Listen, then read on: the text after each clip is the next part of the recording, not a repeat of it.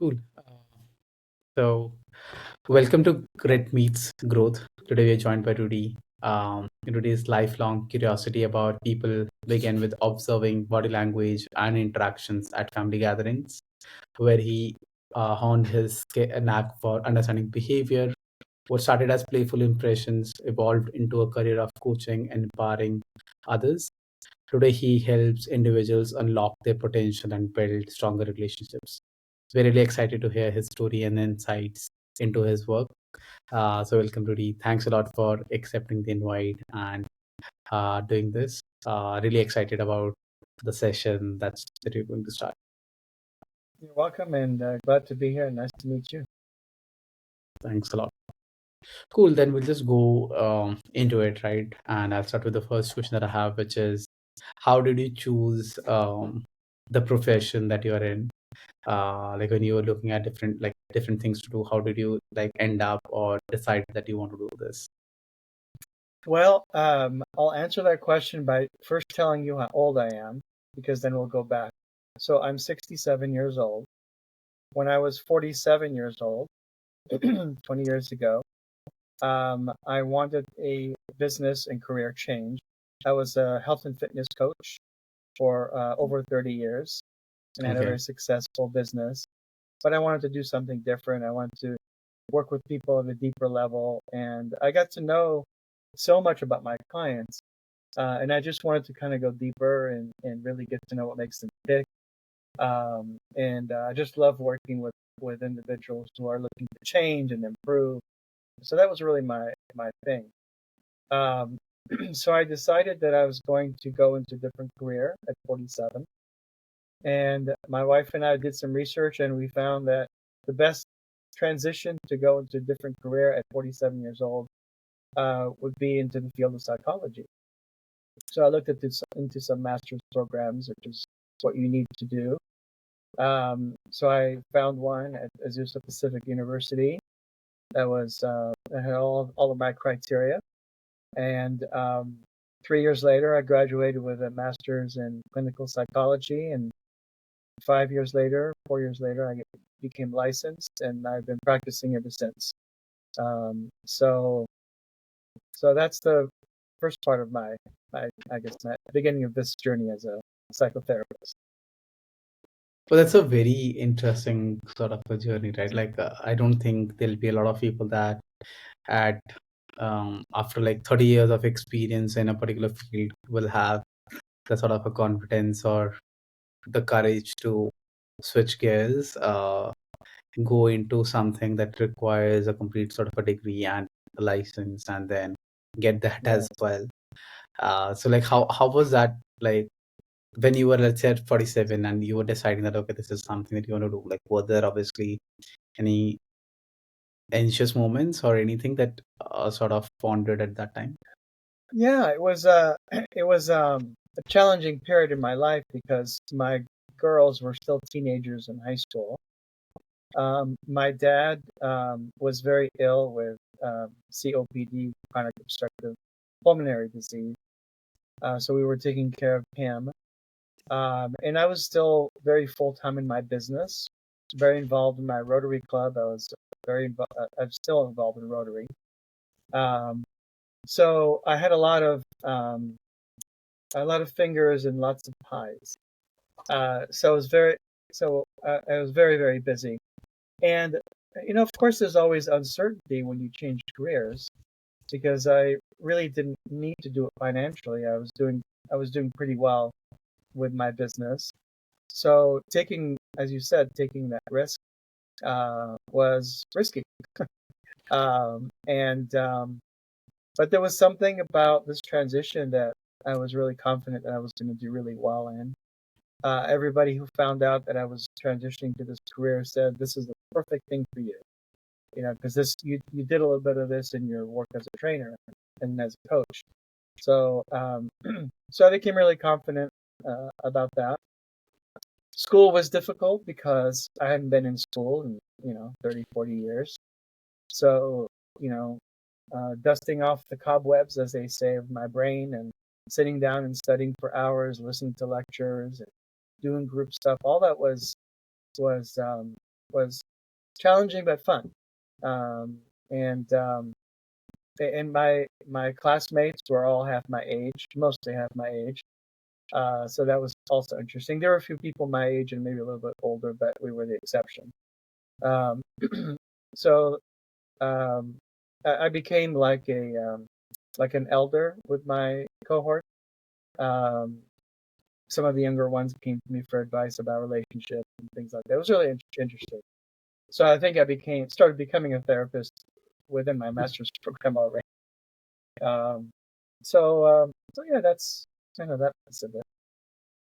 That's so like inspiring, interesting, at the same time, a bit something that is very different. I don't really have a word for that because I haven't met someone who had that sort of a courage of not just switching gears at 47, but going through the complete sort of route of doing it, right? Like, because like at times we're just looking for shortcuts of everything, right? Like we don't really like, if someone has to say that go through a degree after you have just passed out of from a college, right? It's very difficult Yeah, to at times say that, okay, will I be exactly. putting in 3 years of my life into something of this sort? And like obviously it's just been 10 minutes for me talking to you, but I can, the type of calm that you have inside you is something that's very Mm, amazing. Like like with the way that the world works, as in the fast pace is what we really call that yeah. calmness is sort of missing, and since it's missing, I can, like, I guess I can sense it in you even faster because I'm not really someone who is seeing that sort of sense with a lot of people that I talk to. So that's basically Mm, that comes with a lot thank of you. experience as well. Mm, Again, I can just say that because I don't know anything else about it. So, but yeah, that's no, that's something good. Good that I've observation. never that I've never sort of heard someone taking that sort of a plunge. So that's Yeah. inspiring to say the least. I can tell you if I can add to that. Um, during my time as a coach, I also participated myself in a lot of endurance sports. I competed in triathlons. I competed in Okay. running races, things like that. And I think a lot of that experience of competing and training and discipline has really sort of integrated itself into my work. Um, Staying calm within chaos, staying calm when there's a lot of conflict, and being very focused. I think that came a lot from my athletic experience, and I was also a martial artist for a few years. So all that I think helped all of these phases of my life, because in my all my careers, and then ending with what I'm doing now. That's so true, right? Like you mentioned about um, the different experiences from the fitness that you did, which can be martial arts or the triathlon and everything. But one of the things that I always sort of see with people that have some sort of a calm is, like, I was just reading through, like I was watching a podcast from, he's a sort of a monk. Like I'm not sure if he's in India, but I guess he's in US, but he's an Indian um, by birth. So he was saying like one thing that was very interesting, which was um, from the birth, like from the time when we are born, we're not really ever taught about how to focus. He was like, uh, out of 24 hours, at times we say that we should do 20 minutes of meditation or 15 minutes of meditation. And what we are essentially saying is 23 hours, 45 minutes, we are into that sort of a state of doing 10 different things. We are in the state of not focusing, like we are always distracted. And therefore, it's very difficult to even assume that anyone would ever be focused. Like that's the point that he was making, that we say to kids or we say to anyone that you're not focused, but he was like, have you ever even taught them how to be focused? Have you ever been Hmm. um like, there is no course of being focused, there's no course of, let's say, being mindful of what you're doing, because from the birth we're taught we need to multitask, we need to do like five things, we need to be Yes. good at multiple things. uh, Hmm. um, and then there are comparisons that are being made, which sort of then keep on bringing that, okay, we need to do this, we need to do that. All of that sort of stuff comes Right. in, and therefore, like, that calm that I was talking about is getting more and more difficult for a person to invite, because he doesn't know where is that coming from, because they're just running, like, we are just running through tasks, we are just running through things, and we Yes. can't really even sit for 30 minutes and be like, okay, I need to just sit and think about anything. So Hmm. that's Yes. something that's something that I always keeps, that stays in my mind.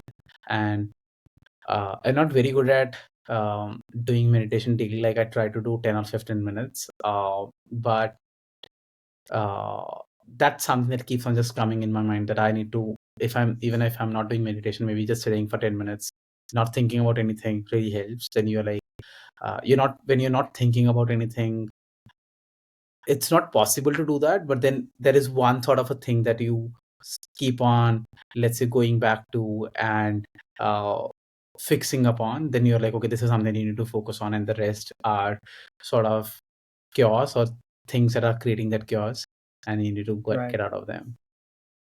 Yes. Yeah. I like that. We in many respects, we are born blank slates. We're not taught this. We're not born with these skills or these strategies to help us either focus or calm or take breaks from the world. Um, so we do have to learn from somewhere. Hopefully, it's your caretakers or your parents. But if it's not from them, as you get older, you learn techniques from monks or other professionals.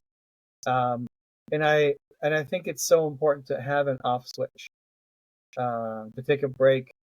Even I agree with you, even just sitting for 15 minutes, just what we say, just be, be where you Yeah. are, feel the chair, look at the garden, or you just sit and just, you know, so self-regulation is a big piece of my work. The more people can know how to calm themselves, to know how to um, take breaks from the stresses and anxiety, they can manage their lives a lot better. So Yeah. I do think mindfulness practices and meditation, things like that, are necessary part of mental health and physical health. Yeah. That's so true. uh cool. Okay, we'll go on to the next one, which is, obviously, we talked about a very different sort of a life and the different sort of phases that you saw. But when you started this business, what are the biggest sort of challenges that you faced, and how did you overcome them? Biggest challenges. Yeah, I was thinking about that. um, I think that the biggest challenge um, was so. On one hand, the transition was great. On the other hand, the transition into this work um, has a lot more strict regulations in terms of confidentiality, in terms of, you know, when I was doing personal training, I became very close with my clients, friends. I got to see their kids grow because I was doing it for a really long time. And the boundaries were not, very rigid. So as a therapist, it's very, very different. You have legal and ethical guidelines you have to abide by. And so the boundaries thing was a little challenging. Um, when people found out that I was doing that I was a psychotherapist, and they used to know me when I was a personal trainer, a lot of them would want to be now my clients, and I would have to tell them, it's not like it was before. There may be things that you're talking about that we need to, really be careful about, and um, uh, you know, I can't have your wife call me and say, well, how did your session go with Jim? Things like that. So the boundaries, the confidentiality, I've had to really sort of, it was a little challenging, but the transition into that was really interesting. Yeah. Again, right? Like, I guess at times you were doing something for 20 or maybe more years, and then, like, going to something that's very, like, different can also be tough, and that's what you basically trying to point it. Obviously, then the nitty-gritty is as in like the way that practice works or that work has to done has to be Yeah. different. So yeah, Even makes complete physically, sense. I mean, when I see clients, I'm sitting across from them. So we're sitting for an hour or 50 minutes. When I was training people, it was always movement, Yeah. going outside and doing this, and very kinetic. And now sitting that was an adjustment for me as well. Yeah. Sitting for several hours at a time was not something I was accustomed to. So I had to adapt to that as well. So basically, like from a physical fitness to mental fitness is something of a big shift in itself. Yeah. Sedentary. Yeah. Being a therapist is a very sedentary profession. Yeah. Cool. We talked about the business. We obviously talked about the challenges. So let's also now talk about the different sort of channels that bring business for you. Again, the intent of asking this is so that anyone that's looking to start their own business knows that these are the areas that they need to focus upon, which can help them bring in new business. So what are those, let's say, channels that drive that for you? And when I say channels, I mean anything. Let's say BNI is one channel. So yeah. So so BNI is an intentional channel, and it's worked out really, really well. Joining a chamber, very important, Chamber of Commerce, of not just the city that you live in, but some of the surrounding cities, is very important. As I mentioned before, I'm a member of Rotary Club here in my hometown of Glendora. You're familiar with Rotary, I assume? yeah. Rotary is very big in India. Yeah. Yeah. Yeah, it's huge. Yeah. And I'm the president of our club this year, so I'm Okay. very involved, very engaged with that as well. So that's an intentional channel. Yeah. Because Yeah. you don't join Rotary to pass out your Yeah. business cards. It's a service Yeah. organization. But peripherally, you definitely have some benefits to your business, although it's not your Yeah. intention. Obviously. Yeah. And so I always say,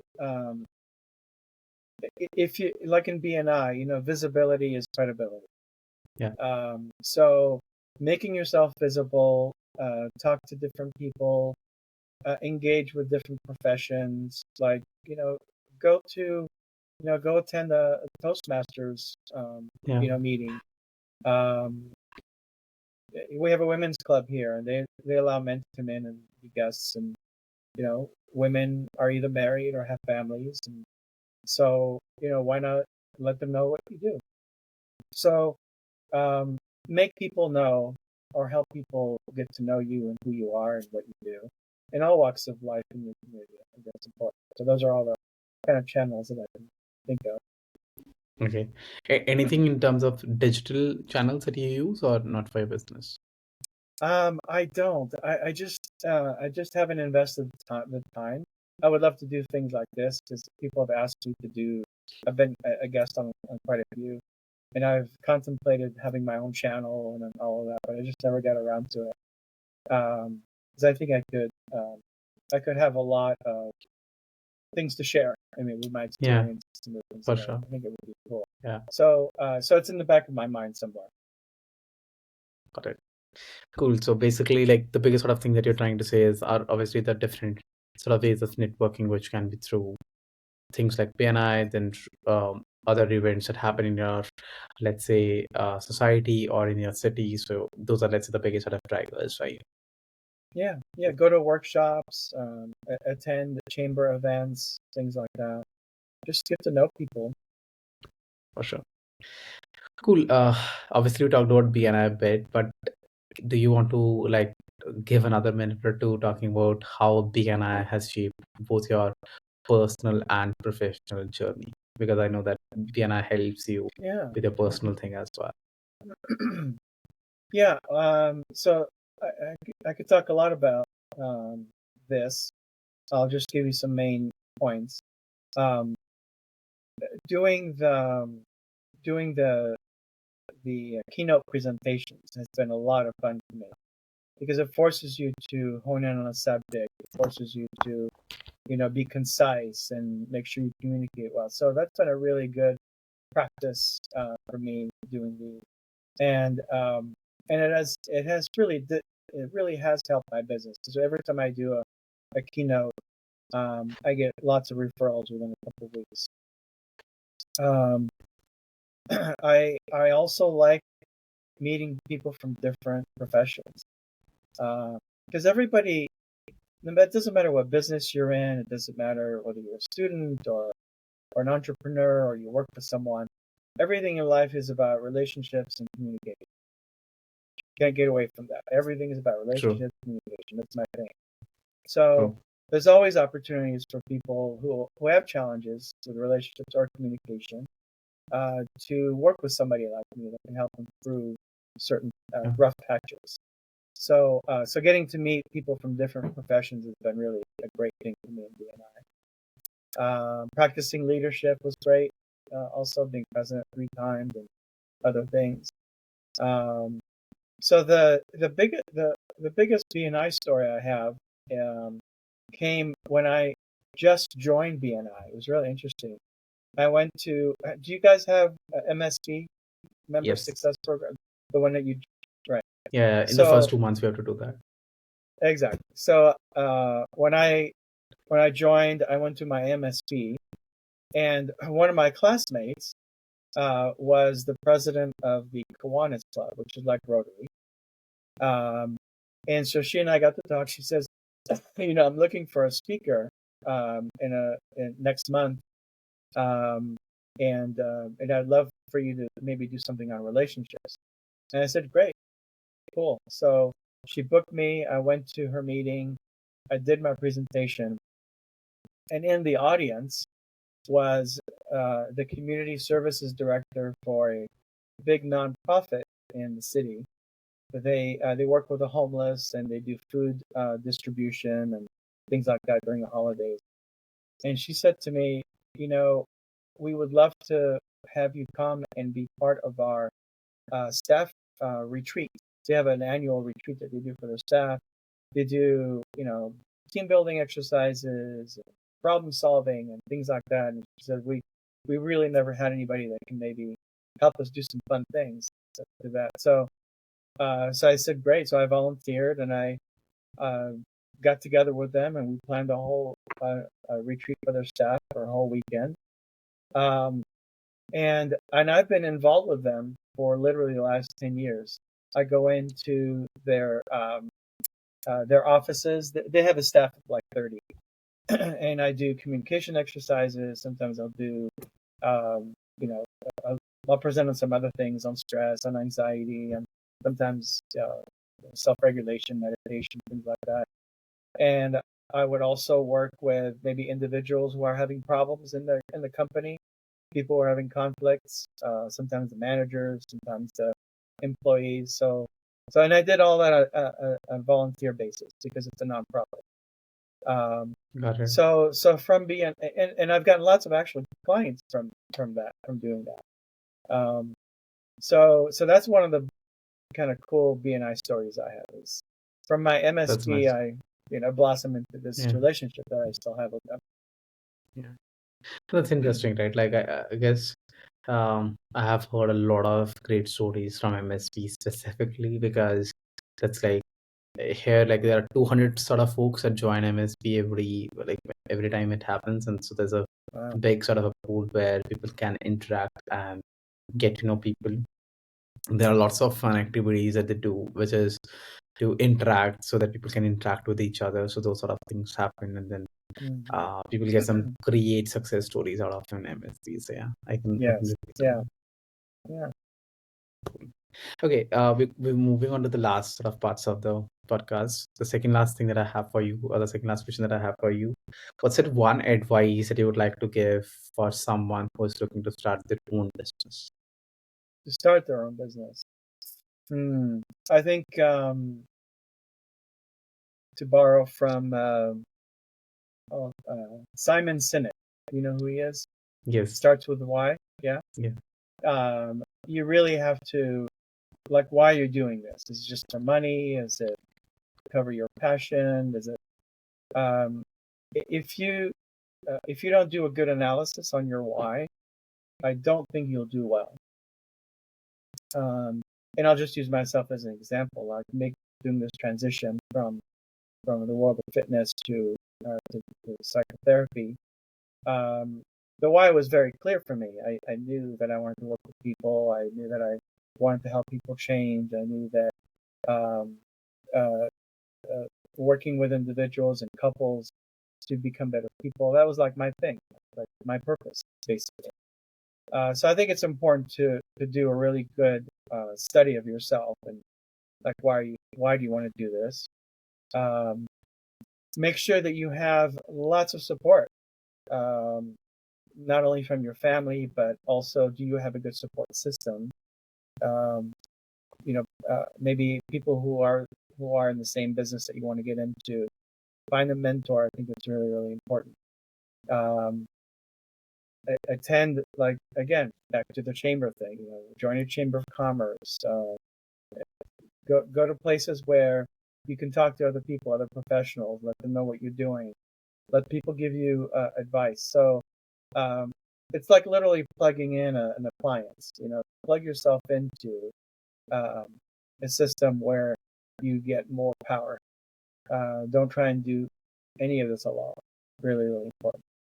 And if you're looking at doing a business that requires some upfront capital, um, I know a lot of people who have, max out their credit cards to start a business, which is fine, and it works. But just make sure that you don't put yourself in such a stressful situation that you can't actually start the business or do the business. So you're so financially crushed. So have a plan. Can I do this on a shoestring? How can I cut down my expenses so I can work this next year and build in that business? A lot of people don't think about those things. So that's a few things that I can think of.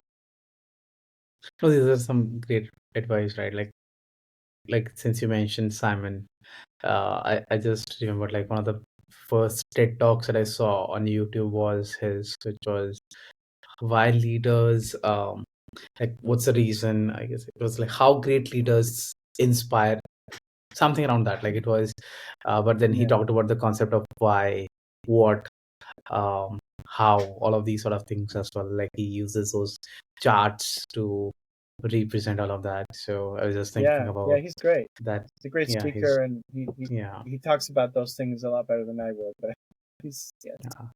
No, he breaks those things down that well that okay, like okay, you can then just completely understand um things, like yeah, obviously they are very deep, like they are not things that you can just look at and be like, okay, this is something that I understand. You'll have to think about that a lot more, and that's what one of the biggest things is with people that inspire or even sort of explain things in a way that you have to think about that a lot more than just hearing them out. So yeah, mm-hmm, that's a right, yeah, that's good a point. interesting insight. Yeah. Yeah. Cool. Then we're moving on to the last part of the podcast, where what we do is we'll have one question for you that we got from the last guest, and we'll also ask you one question that we'll have to ask the next guest that will be joining in. Oh, interesting. Uh, Okay.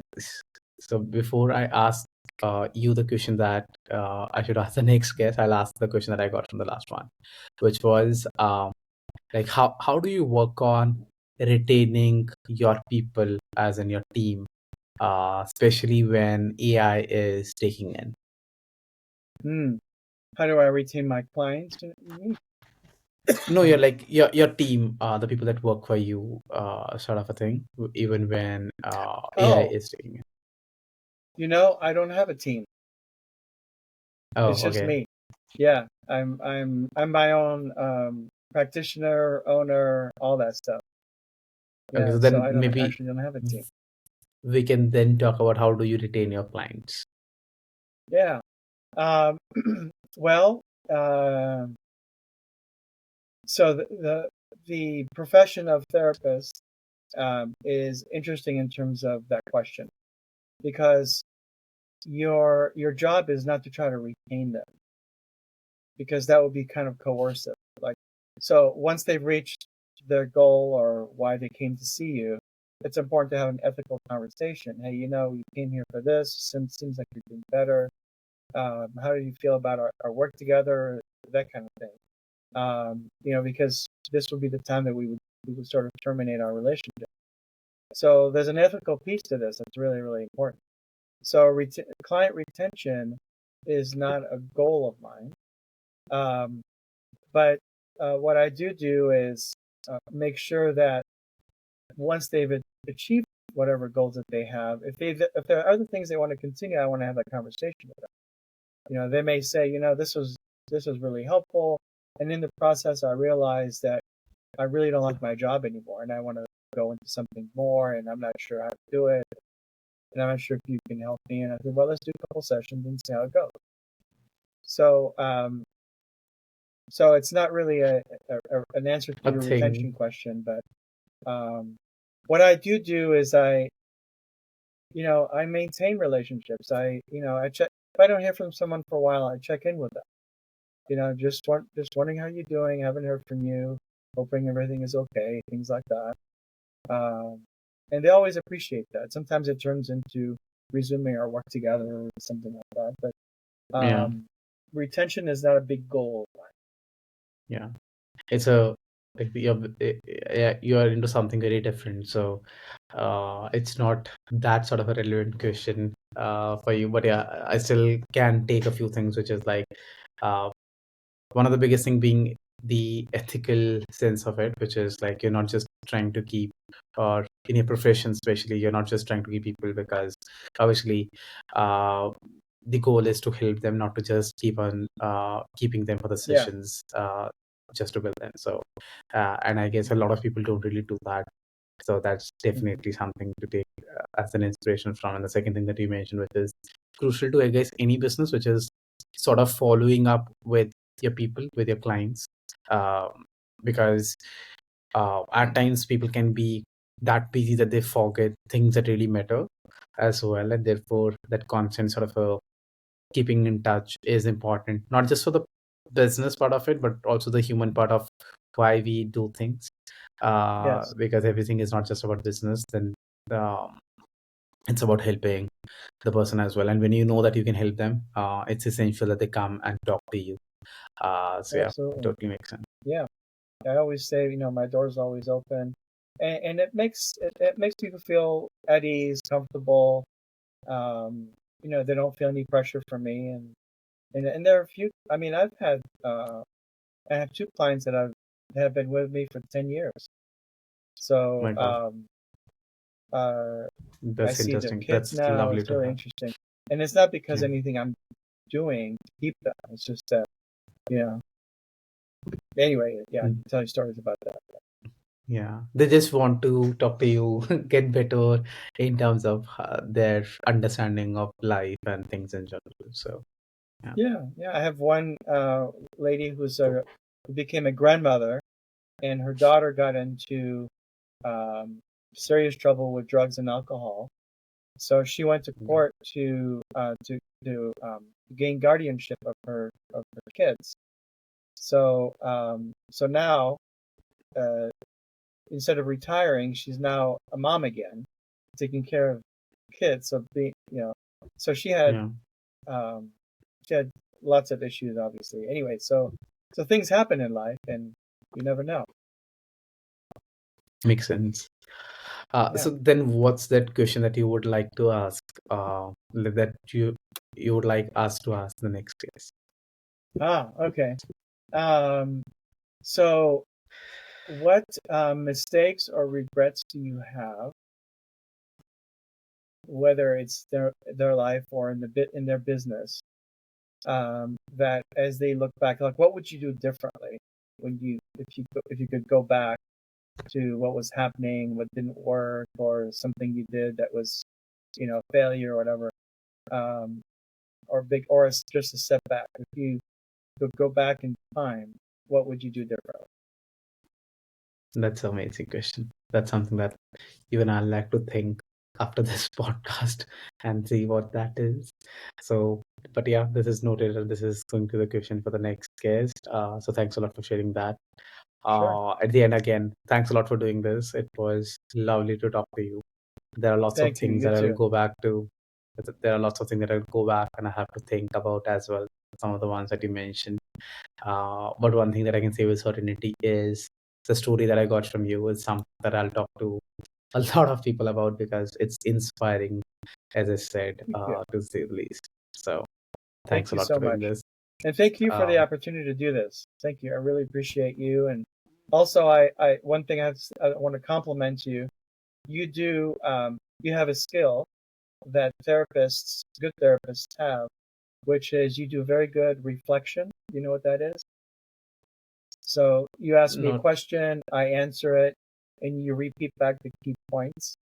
So to kind of let me know that you heard me, you got me, and you do that very well. thanks a lot for saying that. It really means the Yeah, world. So, and yeah, especially it's coming good. from you. So thanks a lot for that. You're very welcome. All right. Cool. Before I let you go, I'll have to like